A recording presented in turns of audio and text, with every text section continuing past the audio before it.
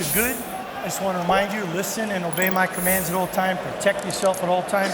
Fight hard, fight clean. Good luck to both of you.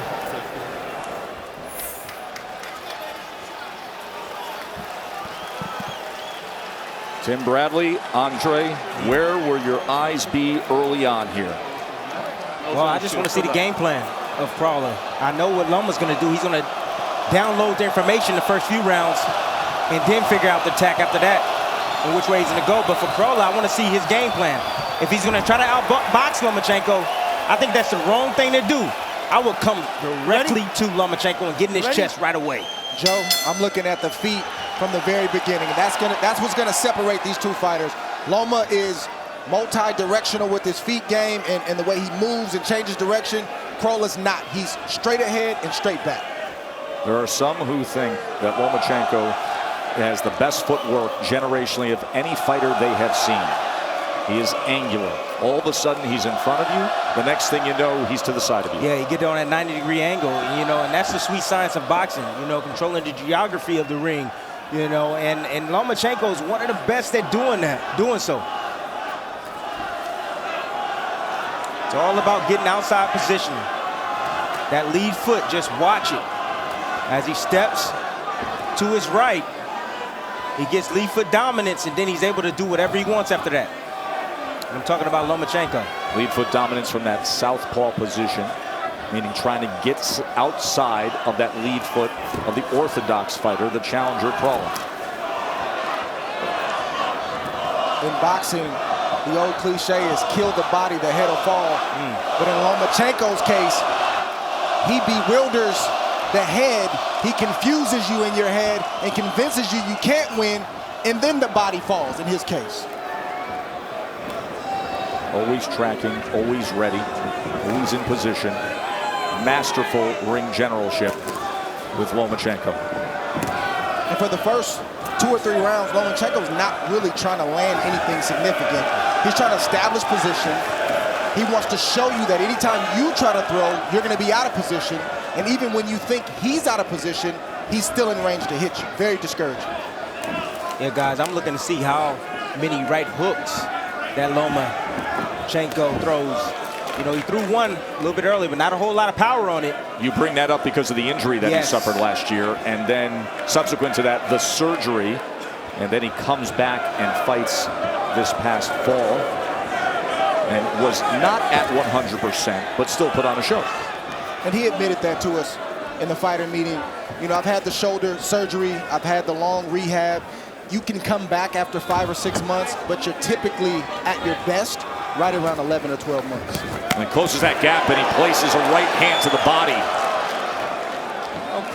Crolla's giving up so much real estate. Just keep moving. Allowing Lomachenko to get in position and do whatever he wants right now. Loma's going to put pressure on you. So you want to be able to try to control the space with him. Stay close. Don't allow him to push you back and have his way. Loma's just downloading the information right now, and then he's going to unleash probably in the next 2 to 3 rounds. He's going to wear him out mentally. See it happen right in front of you. That right hand to the body was his best punch of that first round. Anthony Crolla, his trainer's Joe Gallagher, who was Ring Magazine's 2015 Trainer of the Year. He trains Callum Smith, the titleist at 168 pounds. Also worked with Scott Quigg, who had a great fight against Oscar Valdez last year on ESPN. When we met with Gallagher yesterday, we said, what game plan are you going to employ? When you go back and you look at the opponents who have gone up against Lomachenko, Salido beat him in just a rugged, mauling, brawling, kind of ugly fight. He said, we don't want that. That is not what we're looking for. But if you fight on Loma's terms, it's not going to go well. But do you see how we're going back and forth? We're trying to figure out, should Crolla put pressure on him? Should Crolla box? And every time you think about it, you say, well, he can't win in that category and he can't win in that category. This is what the Loma effect was already underway in the fighter meeting. You saw the confusion amongst the team, the trainer, the fighter. They're already thinking more than they've ever had to think leading into a fight. He was already mentally drained before the first bell ever sounded, and we see it right now. Because you have to try to solve that puzzle. You can't really prepare for this. Crolla's not Salido. He's not going to put pressure or non-stop pressure on Salido and bang the body, even though Crolla's a good body puncher. And make a dirty fight of it. Loma right now is just looking like he's going to do something. He's in, he's out, he's fainting. Right there, those 2 punches weren't even hard, and then all of a sudden, boom, something big lands. Very, very difficult to deal with. Yeah, but look at the defense of Crolla. He's not doing very much. He's moving back, you know, hands high and being very defensive and making it very difficult for Loma to land in shots. But I got to tell you, Lomachenko is he's gonna pick it up. He's a slow starter. He's downloading the information. He's gonna pick it up more and more each round. Loma's not trying to land right now. He's frustrating Crolla. Yep. He's draining Crolla. Look at the feints. Every time he feints, Crolla has to react. That's physically draining. Which is an interesting conversation, because when you say pick it up, you're strictly talking about punch output.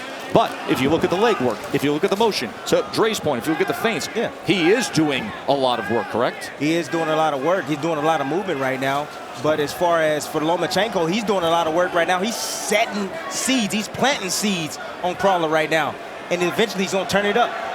Yeah, the second greatest thing that Loma does is throw and land punches. His greatest asset is what you see right there. His legs, his feet, in and out. When the punches land, that's a byproduct of all the work that was put in the early rounds with the footwork that we see right here. Oh, good combination from Loma. The uppercut did some damage there. And now closing that gap again. Oh, good body shot. Lomachenko all of a sudden in this final minute of round number 2 hitting his stride offensively. Crolla realizes right now that everything I heard about this guy is true. It's real. And he's already checking out mentally already.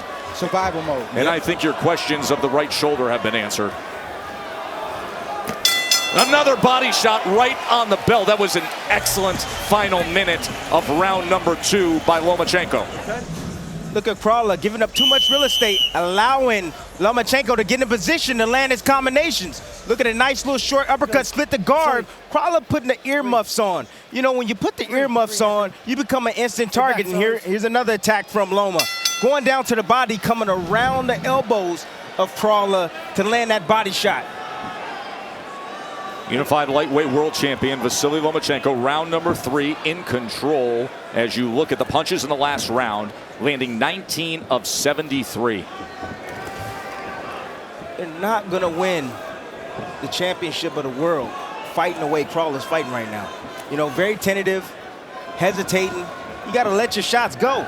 You know, this is the hugest opportunity for you. You know, you must show up and show out.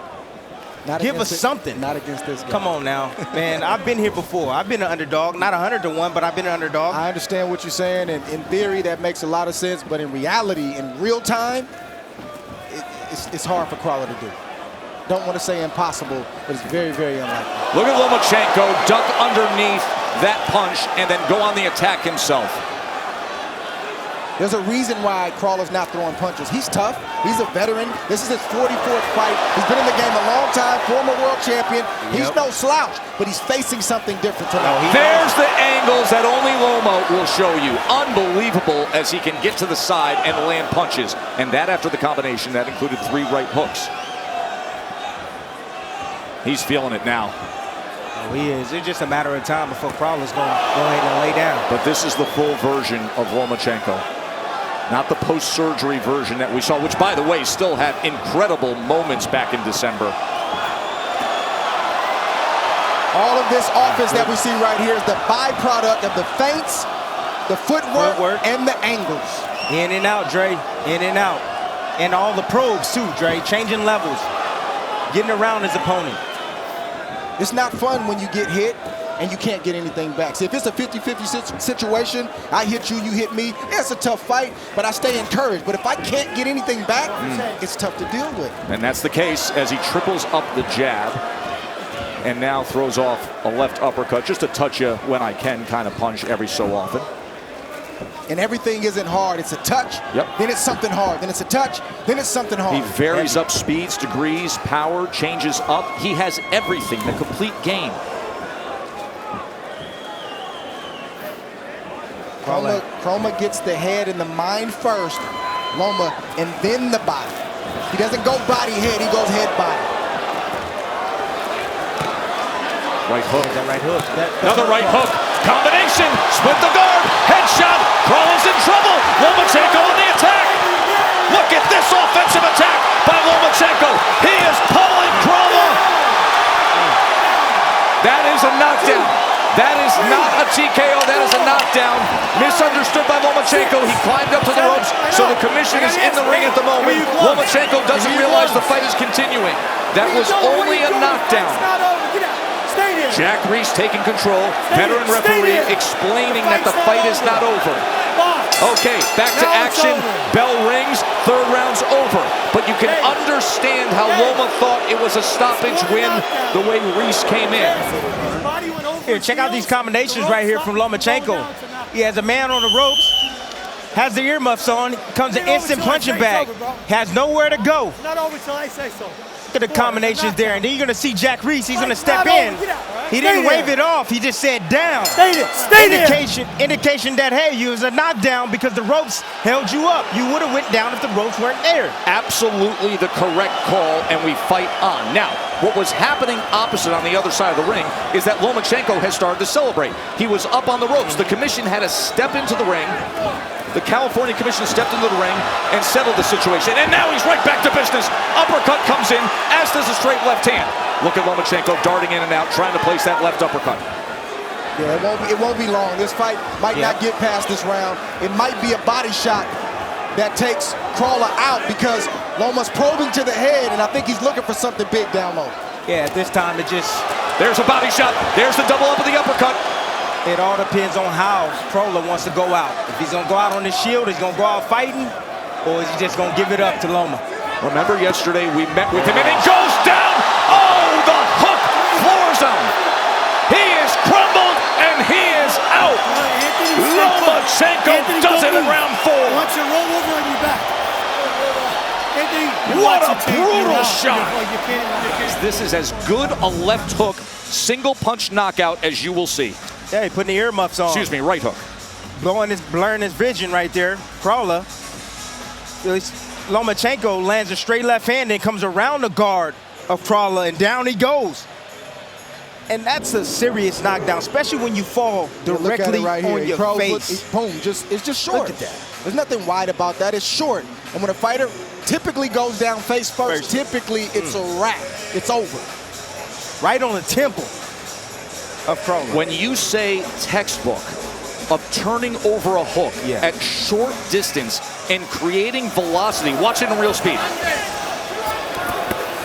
You hear that shot? You know how heavy that was? Did you hear the thud of the impact to his head? Watch this in real speed. Set him up. Straight left, boop. Wow.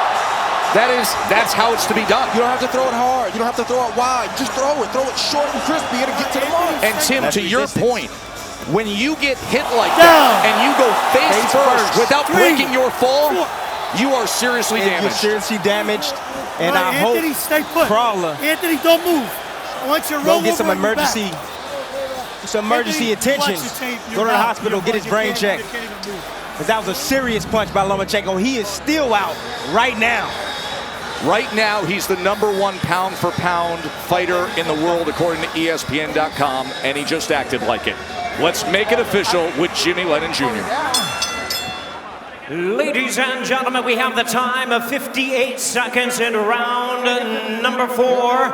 He is the winner by way of knockout and still the unified WBO and WBA lightweight champion of the world, Vasiliy Lomachenko. Absolutely brilliant. As good a knockout punch as you will see. Look at this crowd who has come out to see Lomachenko. And did he ever deliver?